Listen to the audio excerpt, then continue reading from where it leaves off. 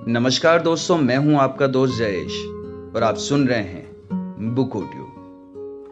अब तक की कहानी में आपने सुना, मीता से फेसबुक पर दोस्ती होने के बाद दोनों में बातचीत शुरू हो गई है और दोनों शादीशुदा होने के बावजूद एक दूसरे को पसंद करने लगे हैं। अब सुनते हैं आगे। हाँ, वो ऐसा ही करती थी, खुद से ही विदा लेती थी, मेरे जवाब का इंतजार किए बिना, और चली जाती थी। लेकिन अब मुझे उसकी आदत पड़ चुकी थी, इसलिए मुझे उसकी हर अदा प्यारी लगती थी। उसके मेरे प्रति भावनाओं का प्रदर्शन और प्रेम का इजहार, मुझे यकीन नहीं हो रहा था खुद की किस्मत पे। वो सचमुच मेरे लिए विधाता का उपहार थी, ब्यूटी विद ब्रेन। हाँ, उसके मानसिक बौद्धिक स्तर का लेवल बहुत हाई था, मुझसे भी ज्यादा। वो मुझे जब मिली जब जिंदगी को किसी की शिद्दत से तलाश होती है, और शाहरुख की किसी फिल्म का डायलॉग भी तो है, किसी को शिद्दत से चाहो तो पूरी कायनात उससे मिलाने में लग जाती है। मेरे जीवन में किसी साथी की, किसी हमराज की, जिससे सब कुछ शेयर किया जा सके, की कमी पूरी कर दी थी उसने। मीता के रूप में मुझे एक दोस्त, एक सलाहकार और प्रेमिका मिल चुकी थी। अब दिल क्या मांगे मोर। कभी कभी अप्रत्याशित रूप से किस्मत आपको वो देती है जो आप सोच रहे होते हैं, तो आपको लगता है कि भगवान से कुछ और भी मांगते तो आज मिल जाता। और एक दिन ऐसा ही हुआ मेरे साथ। उस दिन ऑफिस में जब मैं उसके ख्यालों में खोया था और एकदम से मोबाइल पर परी कॉलिंग नजर आया। नंबर एक्सचेंज हुए बहुत दिन हो गए थे, कभी सोचा न था एक दिन वो कॉल भी करेगी। रात को मैसेंजर पे बात तो रोज होती थी, और हमारी बातों में एक दूसरे के लिए अपनी भावनाएं शेयर करना ज्यादा होता था। ऐसा लगता था जैसे हम दोनों एक दूसरे को कितनी सदियों, कितने जन्मों से जानते थे। हाँ, उसकी बातों में अक्सर मुझे एक अतृप्त प्यास, एक अधूरी चाहत, कुछ ना मिल पाने की तड़प का एहसास होता था। मैसेंजर पे चैट करते करते वो कहीं खो जाती थी, जैसे मेरे मैसेज के बाद वो बहुत देर तक खामोश रहती थी। मुझे लगता कहीं वो चली न गई हो, पर वो वहीं होती थी, और उसके जवाब में उसके मन की उदासी का मुझे एहसास हो जाता था। मोबाइल की घंटी मैंने कुछ पल बजने दी और स्क्रीन पर उसके निहायत खूबसूरत चेहरे को निहारता रहा। हेलो। पता नहीं क्यों मेरी आवाज कांप रही थी। क्यों? यकीन नहीं हो रहा। उसकी आवाज बहुत स्वीट थी, बहुत दिलकश थी। मैं उसकी आवाज में खोकर रह गया। मुझसे कुछ बोले न बन रहा था। सच में मीता, मुझे यकीन नहीं हो रहा। मैं अब तक संभल चुका था। तुमने तो कभी किया नहीं, सोचा मैं ही कर लूं। उसने उल्लाहाना सा दिया। तुम्हें कॉल और मैं? अब यदि तुम नाराज हो जाती तो? जो मेरे मन में था मैंने बोल दिया। यूं क्यों नहीं कहते तुम्हारा पुरुषत्व आहत होता? उसके स्वर में बेबाकी थी और मुझे एक अपराध बोध सी फीलिंग आ रही थी।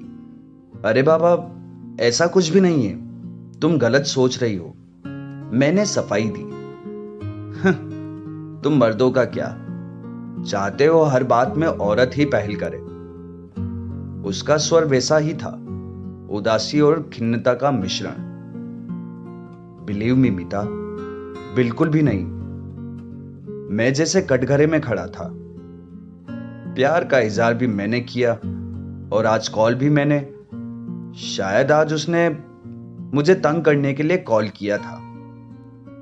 हाँ, झांसी की रानी, तुम बहुत बहादुर हो। मैंने माहौल नॉर्मल करने की कोशिश की। अब है ना, यूं मक्खन न लगाओ, सब पता है मुझे मर्दों की फितरत का। अब वो मेरे हाल पे मुस्कुरा रही थी। उसकी आवाज की स्वीटनेस और बढ़ गई थी। मैं बाकी मर्दों जैसा नहीं हूं, यू नो बेटर, मैंने पूरे कॉन्फिडेंस से कहा। अरे वाह, अपने मुंह मियां मिट्ठू। इस बार उसकी आवाज में खनखनाहट थी। वो हंस रही थी शायद। मुझे कैसे पता चला? उसने फिर कहा, अरे हम डेली बात जो करते हैं। मैंने फिर सफाई दी, उससे क्या, अच्छी अच्छी बात तो कोई भी करता है।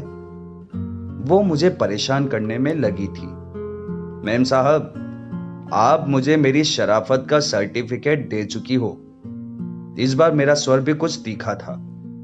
उससे क्या, कंपार्टमेंट मिला था तुम्हें, दोबारा इम्तिहान देना होगा। उसने एक तरह से निरुत्तर कर दिया था मुझे।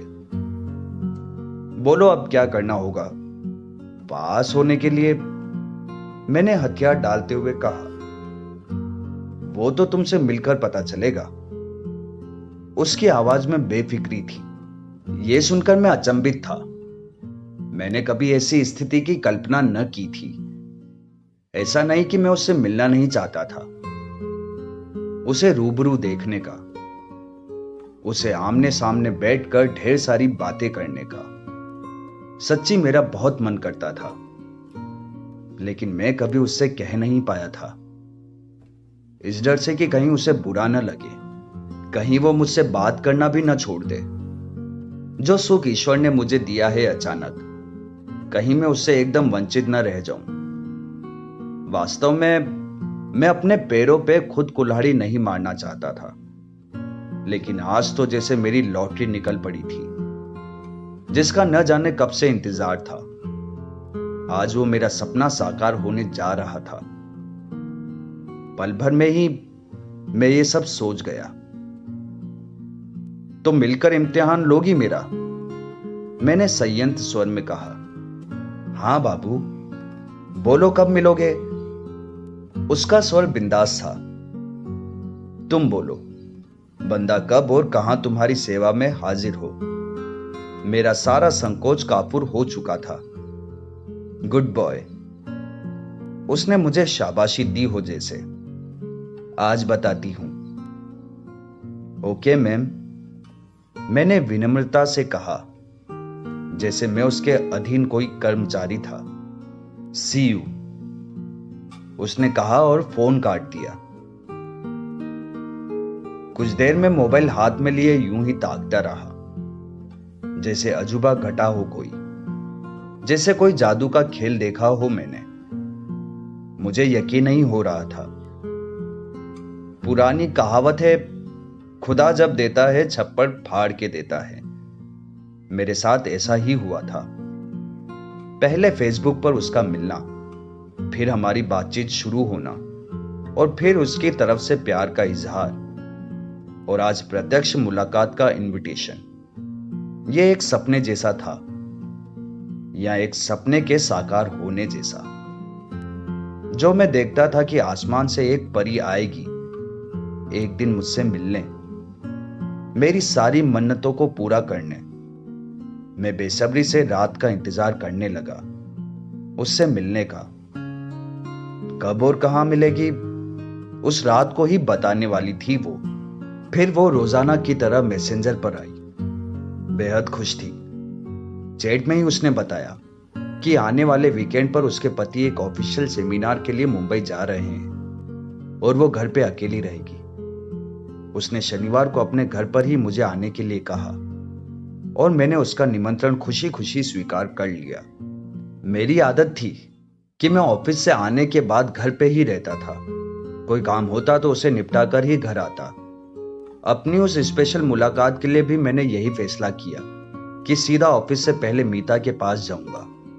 यही मुझे सूट भी करता था। और फिर शनिवार आया। सुबह से ही मैं उससे मिलने को बेताब था। उसका घर शहर की पॉश कॉलोनी में था। बहुत बड़ी कोठी थी वो। गेट पर चौकीदार था, लेकिन उसने मुझे बिना रोके भीतर जाने दिया। शायद मीता ने उससे पहले से हिदायत दे रखी थी। मुझे कहां जाना है अंदाजा नहीं हो रहा था। और फिर एक लड़की आई, कोई 14-15 साल की, शायद मेड होगी उसकी। उसने आंखों से ही मुझे इशारा किया उसके पीछे पीछे आने के लिए। उसका ड्राइंग रूम देखकर लगा जैसे मैं स्वर्ग में आ गया हूं। उसके ड्राइंग रूम की सजावट उसके डिसेंट टेस्ट का पता दे रही थी। वो क्वालिटी में विश्वास करती थी। ड्राइंग रूम में सजावट का बहुत ज्यादा सामान नहीं था।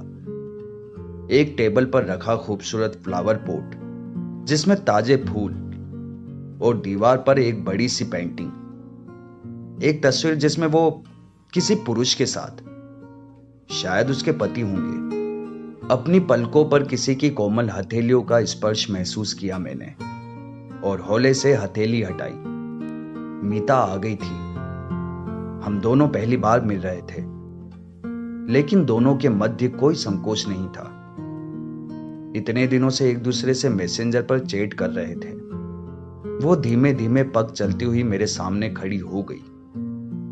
उसके होठों की मुस्कान बयां कर रही थी कि मुझे वहां पाकर वो कितना खुश थी। वो बेतकल्लुफ मेरे सामने बैठ गई। वो मेरी कल्पना से बहुत ज्यादा खूबसूरत थी, उसकी फोटो से भी ज्यादा। उसके रूप और व्यक्तित्व में यूं तो सब कुछ ही आकर्षक था, लेकिन सबसे ज्यादा प्रभावित किया उसकी लंबाई ने। हाँ, उसकी लंबाई 5.5 फीट से कम नहीं थी। बिल्कुल स्लिम, छरहरा बदन, और उसकी कमर बहुत पतली थी। मैं उसके रूप सौंदर्य को तके जा रहा था। सोच रहा था विधाता ने मीता का निर्माण करने में जरूर ढेर सारा वक्त लिया होगा, तभी मीता जैसी रूपसी का निर्माण कर पाया।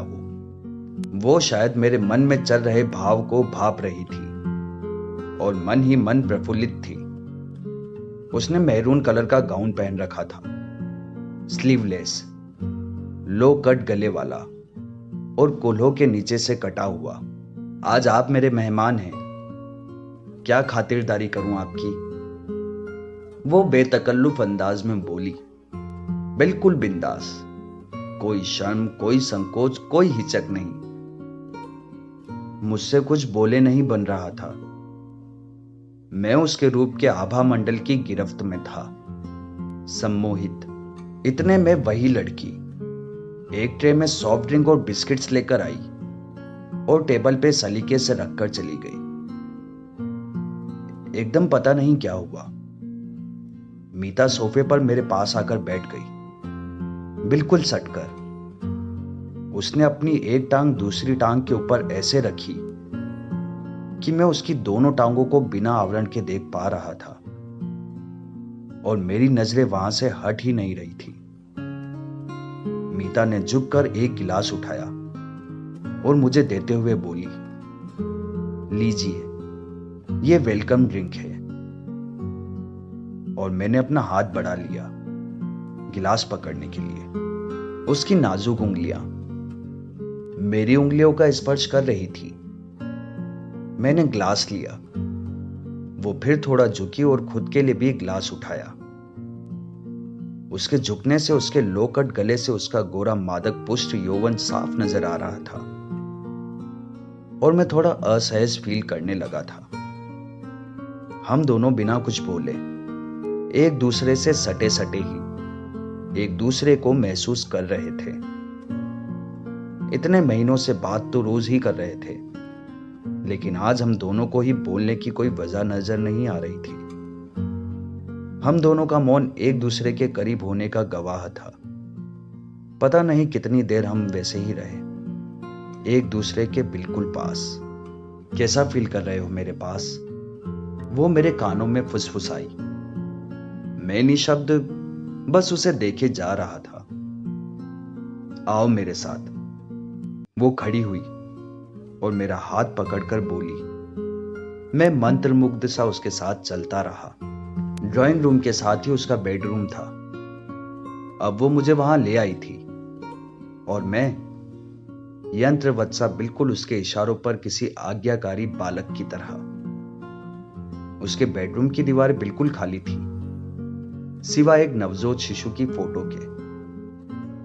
कमरे में बहुत बड़ा बेड था और एक बड़े स्क्रीन वाला टीवी। उसकी नजरों में मादकता झलकने लगी थी। मेरे साथ उस माहौल में वो बेसुध सी। मैं भी अपना होश खोने लगा था। उसने मेरे गले में अपनी बाहें डाल दी और मुझे लेके बिस्तर पे पसर गई। मुझे कुछ नहीं सूझ रहा था। मुझे कंप्लीट कर दो। उसकी आवाज में कंपन था। हमारी दोस्ती का गिफ्ट दे दो आज, वो जैसे नींद में बोल रही थी। मुझे वो चाहिए। उसने बच्चे की फोटो की ओर इशारा किया। जैसे मैं नींद से जागा, मुझे लगा ये सब गलत है। मेरे सामने मेरी पत्नी का चेहरा घूम गया और मैंने खुद को एक झटके से उससे अलग किया और तेजी से उसे उसी के हाल पे छोड़कर बाहर आ गया। मीता मेरी मृत तृष्णा थी और मैं उससे बाहर आ चुका था। उस रात मुझे उसके मैसेज का इंतजार न था, लेकिन वो आई और उसने लिखा, जानती हूं कि तुम मुझे बहुत गलत समझ रहे होगे, लेकिन इसमें मेरा कोई कसूर नहीं है। शादी को 9 साल हो गए हैं। बहुत तड़पती हूं एक बच्चे के लिए। शादी के बाद हनीमून पर इनका एक्सीडेंट हो गया था और ये मुझे मातृत्व सुख नहीं दे सकते। फेसबुक पर तुमसे मिली तो लगा कि तुम दूसरे मर्दों से अलग हो। धीरे धीरे तुम पर मेरा विश्वास बढ़ता गया और मैंने एक निश्चय कर लिया था। मैंने इन्हें भी बता दिया तुम्हारे बारे में। ये क्या बोलते, इनकी मौन स्वीकृति थी, लेकिन शायद ईश्वर को ही मंजूर नहीं था। जिस पर किसी और का अधिकार है, उसे कैसे अपना मान बैठी। हो सके तो मुझे माफ कर देना। मैंने पढ़ा और सोचता रहा कुछ देर तक। मैंने मैसेंजर पे उसे रिप्लाई देना चाहा, लेकिन वो मुझे ब्लॉक कर चुकी थी। मुझे नहीं पता मैंने सही किया या गलत, लेकिन खुद को आज भी मीता का गुनहगार मानता हूं।